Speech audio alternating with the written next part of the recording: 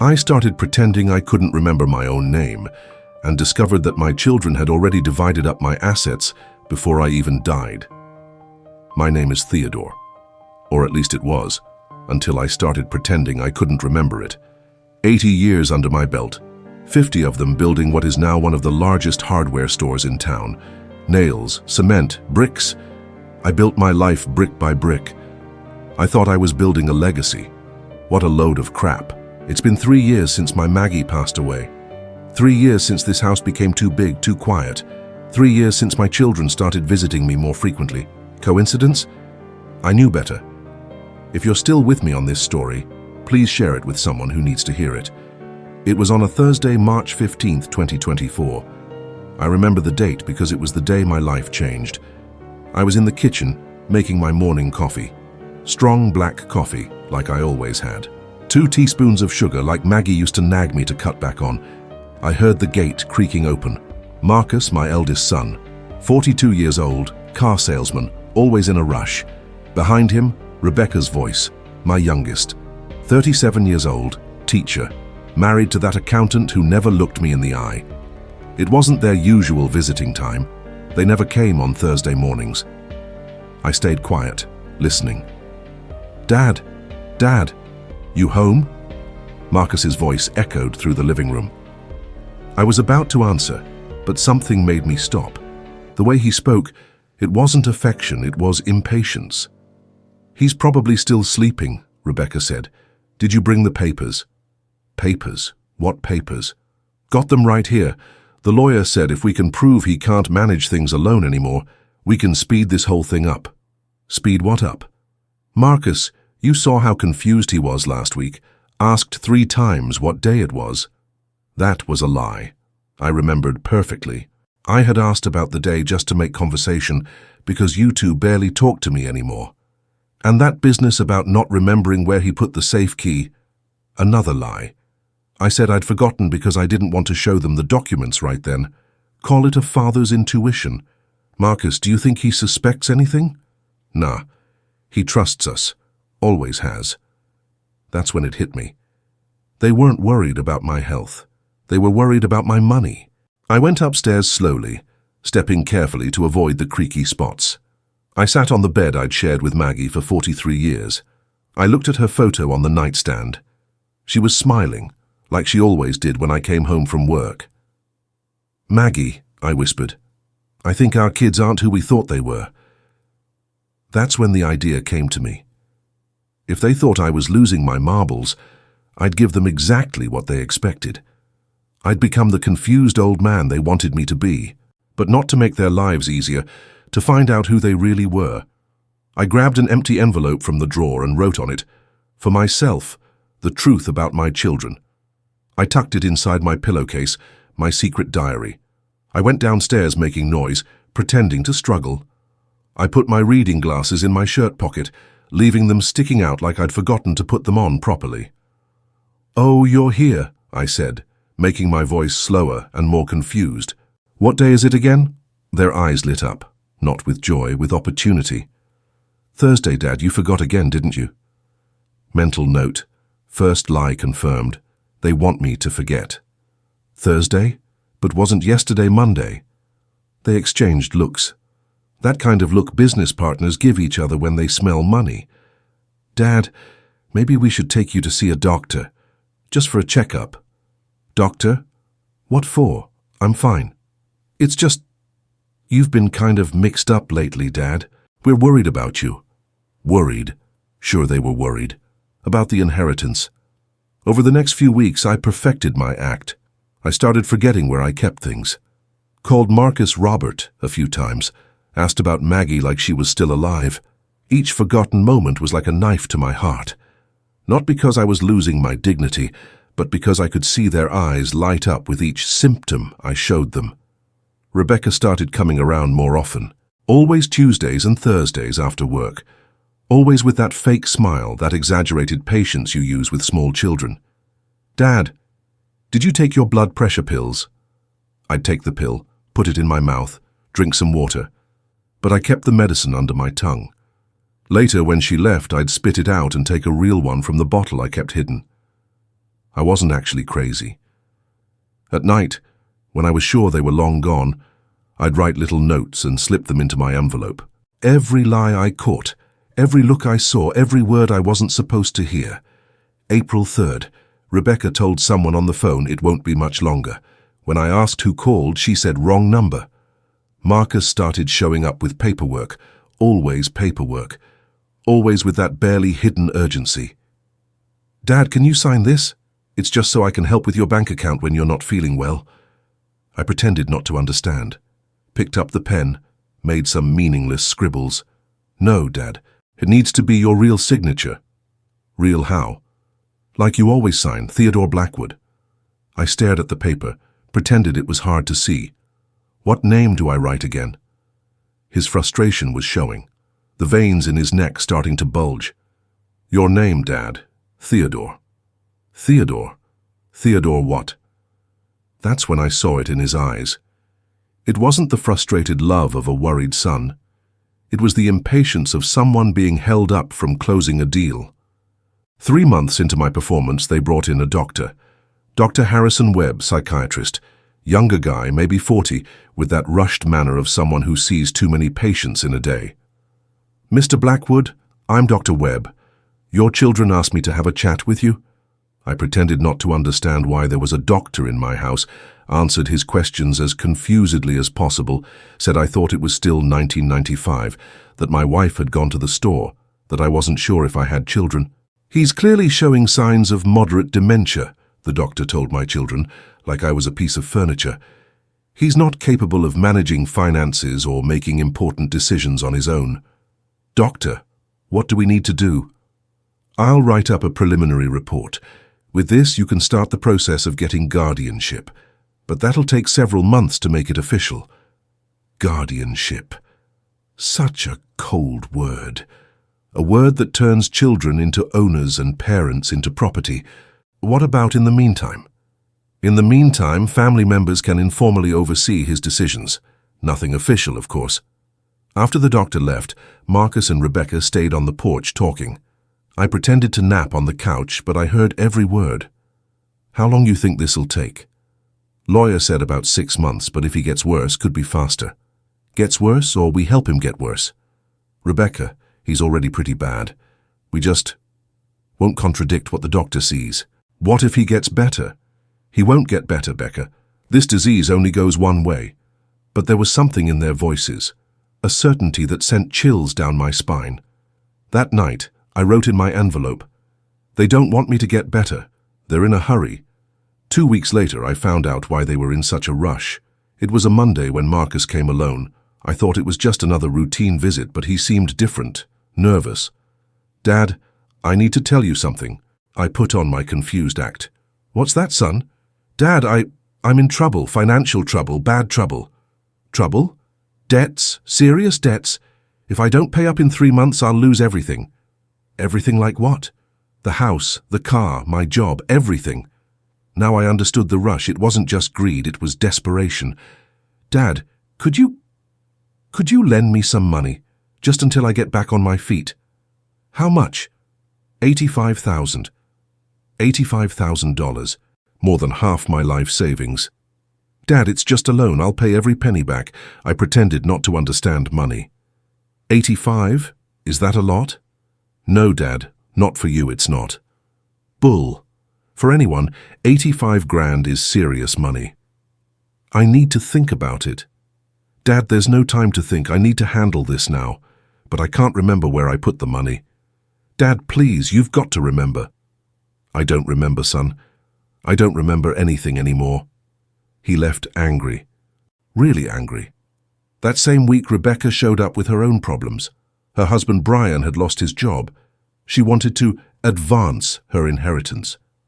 "Dad, could you give me about 25,000? Just to tide us over while Brian looks for work." 25, is that a lot? "No, Dad, it's nothing, really nothing. But I don't know where the money is." "Dad, you have to know. You always knew." "I don't remember, sweetheart. I don't remember anything." She left, just as angry. That's when I realized they weren't waiting for me to die to get their inheritance. They needed the money right now, and I was the only thing standing in their way. 2 weeks later, I woke up to sounds in the kitchen. It was the middle of the night. I crept downstairs in my bare feet. Marcus and Rebecca were there, going through my papers. Find anything? Found the safe key. And? There's some cash, but not much. Most of it's got to be in the bank. He's got to sign that power of attorney. He won't sign, says he can't remember how to write his name. Then we speed up the medical stuff. How? Talk to the doctor. Tell him Dad's gotten worse, that he's becoming aggressive. He's not aggressive. He will be. Rebecca, what exactly are you suggesting? That we find a way to make him look sicker. How? I don't know, but it's got to be soon. I went back upstairs with my heart pounding. For the first time, I was actually afraid of my own children. The next day, I called my lawyer, David Sterling, a man I'd trusted for 20 years.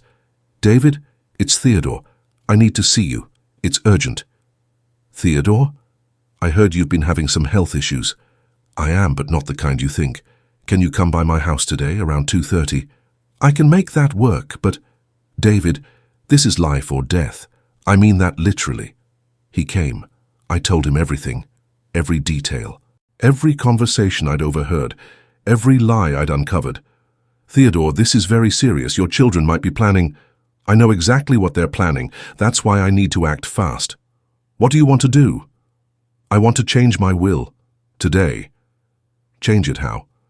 I want to leave everything to the Hope Children's Foundation. Nothing for my kids. Theodore, are you certain? That's a pretty drastic step. I'm certain.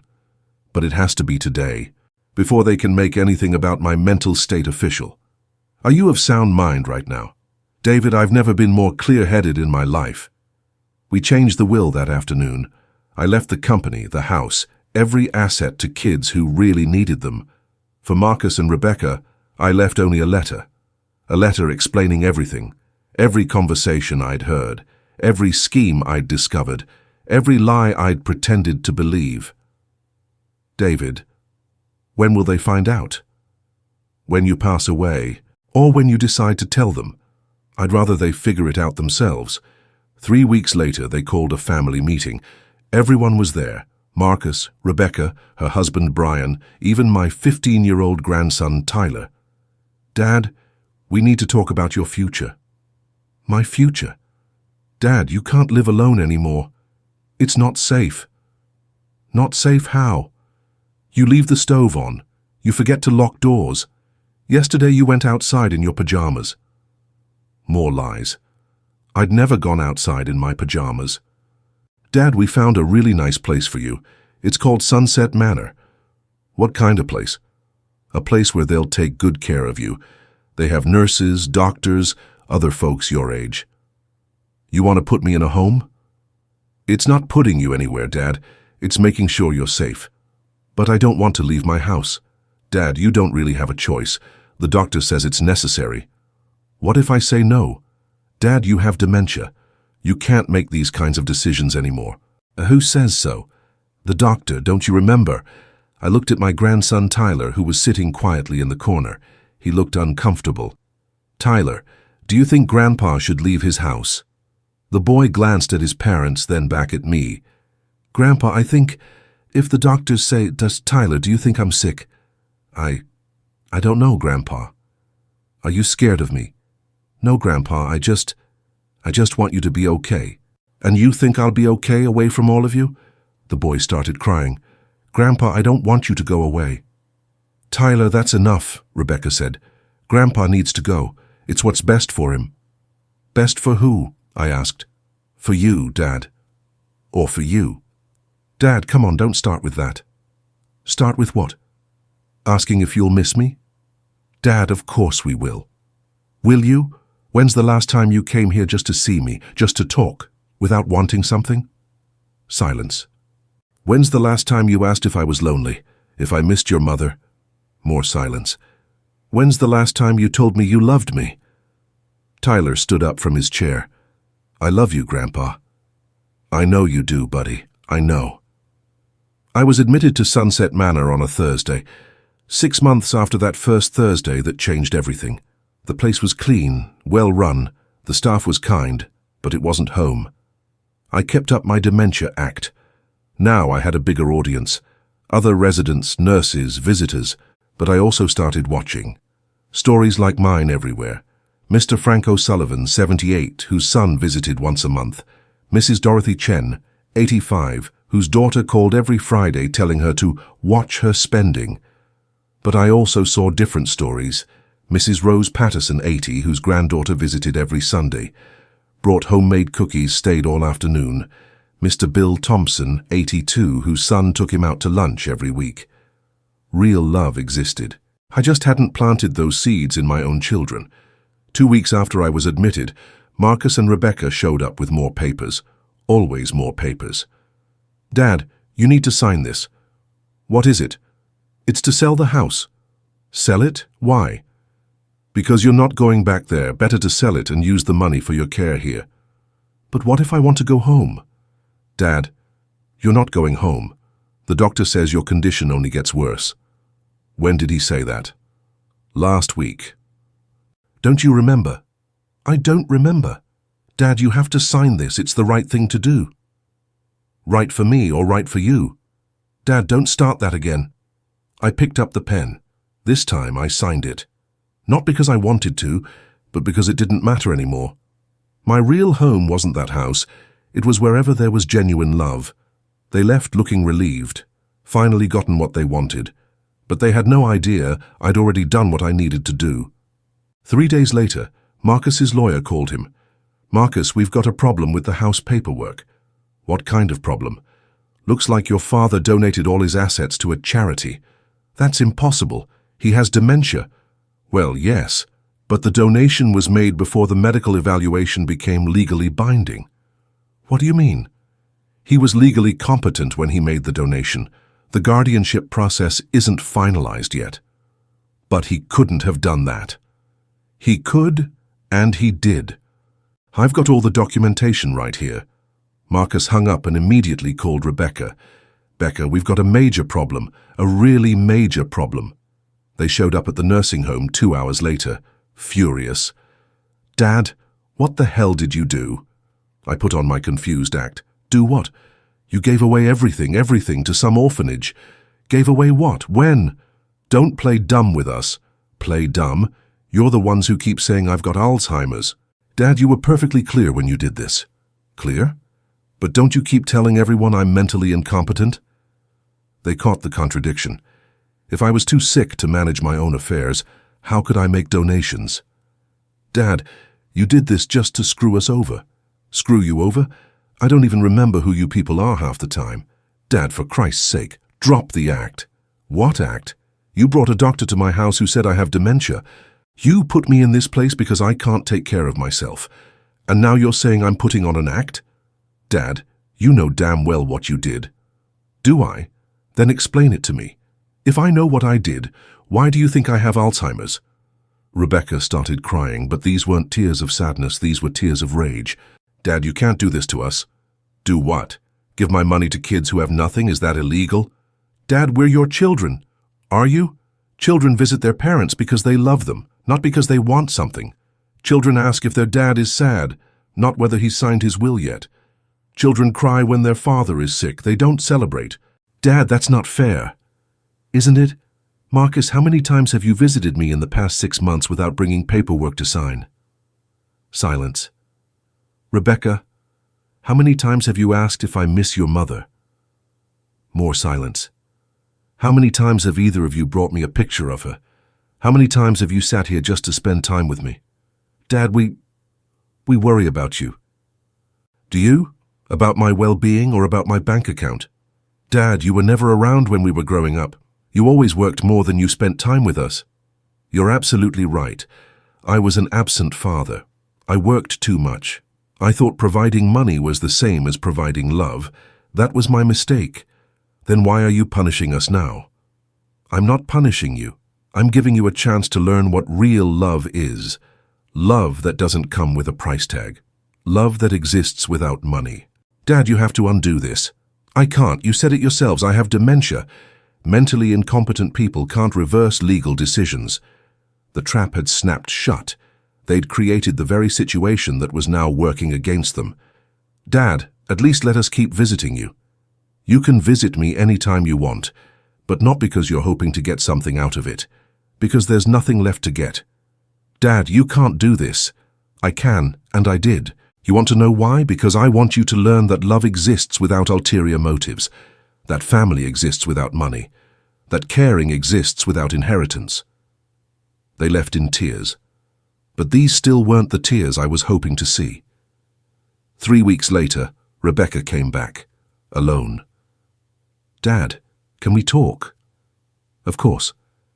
Dad, I've been thinking a lot about what you said. And you're right. I was a terrible daughter. You weren't terrible. You were a daughter who learned the wrong lessons about love. Dad, I want to try again. I want to learn how to be a better daughter. Rebecca, you can learn, but not because you think you might get something out of it, because you won't. I know, Dad. I know you gave everything away. And you still want to try? I do, because I remember who I used to be as a kid. I remember how much I loved you. I remember how excited I got when you came home from work. You remember that? I do.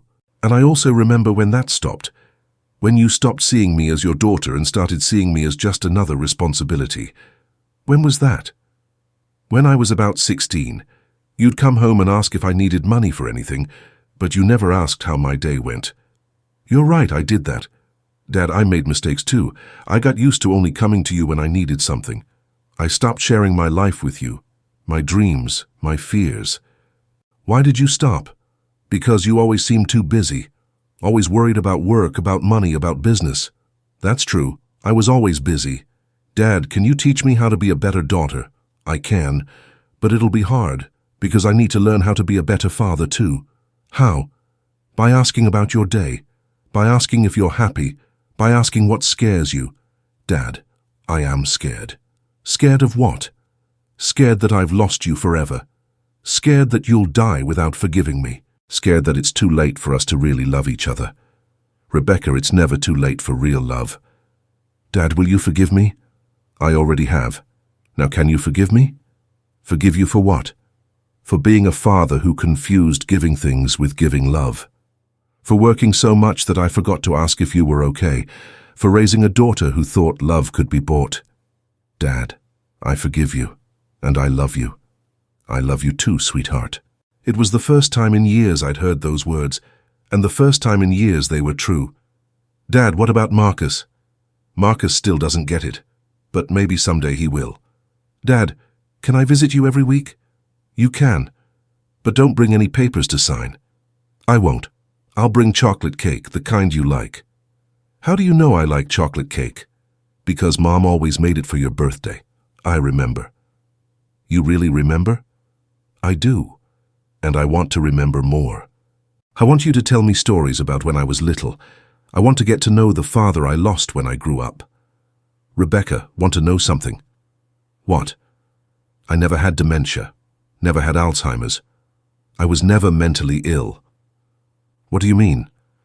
I faked all of it. For 6 months I pretended to be losing my memory to find out whether you loved me or just wanted my money. Dad, you faked it? Every bit of it. Every forgotten moment, every confusion, every time you thought I was getting worse. It was all an act. But why? Because I overheard you talking about speeding up the inheritance process, because I noticed your visits always coincided with financial decisions, because I needed to know the truth. Dad, that's unbelievable. It is. And now you know. The question is, does this change anything for you? Change what? Do you still want to be a better daughter, knowing I'm not some helpless old man? Knowing I chose to give everything away because I wanted to? Rebecca sat quietly for a long time. She stared at her hands, then at me, then out the window. Dad, this changes everything. My heart sank. How so? It changes everything because now I know you're smarter than I gave you credit for. That you understand people better than I realized, and that I was exactly the kind of daughter you discovered I was. Rebecca. No, Dad. Let me finish. You pretended to be sick for 6 months just to test us, and we failed. We failed miserably. You failed because you never learned any different. Dad, you're not the helpless old man I thought I was visiting anymore. You're an 80-year-old man who pulled off the perfect plan to discover the truth about his own children. Does that scare you? It amazes me, and it makes me even more ashamed. Why? Because if you were sharp the whole time, then you heard every conversation we had, every cruel comment, every calculation about your money. I heard it all. Dad, you must have been in so much pain. I was. But I also found freedom. Freedom how? Freedom from the illusion that I'd raised good children.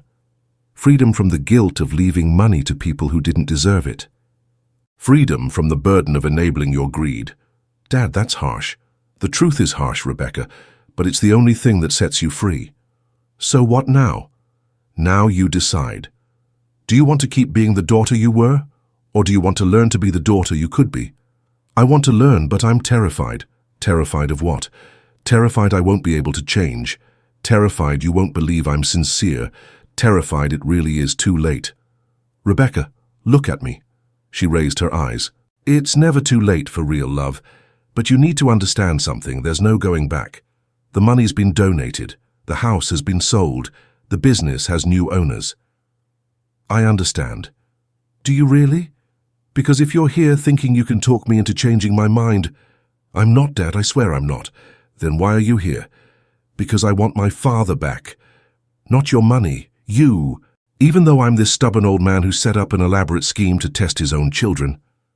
Especially because you're that stubborn old man. Why? Because that stubborn old man is the same guy who built a business from nothing, who raised 2 kids on his own after Mom died, who worked for 50 years and never gave up. And that same stubborn old man discovered he'd raised 2 selfish children. He did, but maybe he can help at least one of them change. We sat in silence, a different kind of silence, not the awkward quiet of our previous visits. This was the silence of 2 people processing difficult truths. Dad, can I ask you something? Shoot. Did you plan all of this from the beginning? The donation, the discovery, everything? No. At first I just wanted to know the truth. The donation came later. Because of what? Because of the pain of discovering that my children only loved me for what I had, not for who I was. Dad, do you think we can start over? We can, but it has to be from scratch. No money involved. No inheritance hanging over us. No hidden agendas. Just love?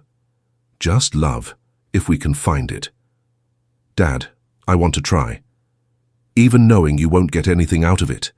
Especially knowing that. Rebecca, are you sure? I'm sure, because for the first time in years when I look at you, I don't think about money. I think about my dad. And what do you see when you think about your dad? I see the man who taught me to ride a bike, who drove me to school every day, who worked 7 days a week to give me a better life. And you also see a man who forgot to ask if you were happy. I do. But mostly I see a man who loved me so much he worked his whole life for me. Rebecca, you know the money really is gone, right? This isn't another test. I know, Dad. And you know what? I'm proud of you. Proud? Proud to have a father who'd rather give everything to needy children than leave it to ungrateful kids. Even though you're one of those ungrateful kids? Especially because I was one of those kids. Because it woke me up. Woke you up to what? To what really matters. To what I lost when I started seeing you as a source of money instead of my father. And what did you lose? I lost the chance to know the man you became after Mum died. I lost the chance to take care of you when you were alone. I lost the chance to be your companion instead of your burden. Rebecca, you can still be my companion. Can I? You can. If you come here not to visit me, but to be with me. What's the difference? Visiting is an obligation. Being together is a choice. Dad, I choose to be with you. Even though I'm a stubborn old man living in a nursing home. Especially because you're a stubborn old man living in a nursing home. What about Marcus? Marcus is still angry, really angry. Angry about what? About finding out you weren't the helpless old man he thought you were. About discovering you heard all our conversations. About learning you gave everything away. And angry that he couldn't outsmart me. Yeah, that too. Rebecca, do you think he can change? I don't know, Dad. He's pretty bitter. Says you betrayed him. I betrayed him. He thinks so. Says you pretended to be sick and made him look like a bad son. I didn't make him look like a bad son, I just discovered that he is one. Dad, that's hard to hear. The truth is hard, but it's liberating. Dad, can I tell you something about Marcus? Go ahead. He's scared. Scared of what? Scared you'll tell people what he did. Scared everyone will find out he tried to put his own father in a home just to get his inheritance. I'm not going to tell anyone. You're not? No, because the shame he should feel he already feels. The punishment he deserves he's already getting. What punishment? The punishment of knowing he lost his father, not because his father died, but because he chose to lose him. Dad, do you think he might come around? He might, but only if he's truly sorry. If he comes here because he's genuinely repentant, not because he wants something. And if he comes wanting something, then I'll go back to pretending I have Alzheimer's. Rebecca laughed. It was the first time I'd seen her really laugh in years. Dad, you're terrible. I am. And now you know it. Dad, can I hug you? Come here. She hugged me. A real hug. The hug of a daughter who'd found her father again. Of a father who'd found his daughter. Dad, I love you. I love you too, Rebecca. Dad, can you forgive me for all these years? Already done. Now can you forgive me for pretending to be sick? Already done. Actually, I admire you for it. You admire me? I admire your courage, I admire your intelligence, I admire your integrity. Rebecca, you want to know something? What? You're the first person to tell me they admire me in years. Really? Really? And that's worth more than any inheritance I could have left. Dad, can I come see you this Sunday? You can, but don't bring any papers to sign. I'll bring chocolate cake. And I'll pretend I have Alzheimer's so I don't have to share with the other residents. She laughed again. Dad, you're impossible. I am, and you love me anyway. I do, I really do. Today marks 2 months since Rebecca learned the truth. She visits me every week, doesn't bring paperwork, doesn't talk about money, brings cake, brings conversation, brings news about the grandkids. Marcus never came back. Last week Rebecca brought me a photograph. It was from when she was 5 years old. She was sitting on my lap, smiling, holding an ice cream cone. Dad, do you remember this picture? I remember, it was Father's Day. You got ice cream all over my shirt. And you didn't get mad. No, I thought it was funny. Dad, I want you to keep this picture. Why? To remember that you used to be a father who thought it was funny when his daughter got ice cream on his shirt. And for you to remember that you used to be a daughter who didn't worry about inheritances, just ice cream. Yeah, Dad. To remind us who we were before we forgot how to love. And you, listening to this story, have you ever stopped to think, what kind of child are you? What kind of parent are you? When was the last time you visited someone just to be with them? When was the last time you asked someone if they were sad without wanting anything in return? Tell me in the comments, have you ever felt like someone only came to you when they needed something? How did that feel? Because in the end, we discover that love isn't an inheritance you leave behind. It's an inheritance you live. I discovered that my children saw me as a bank account instead of a father. And you? Have you ever felt like someone only seeks you out when they need something? Tell me your story.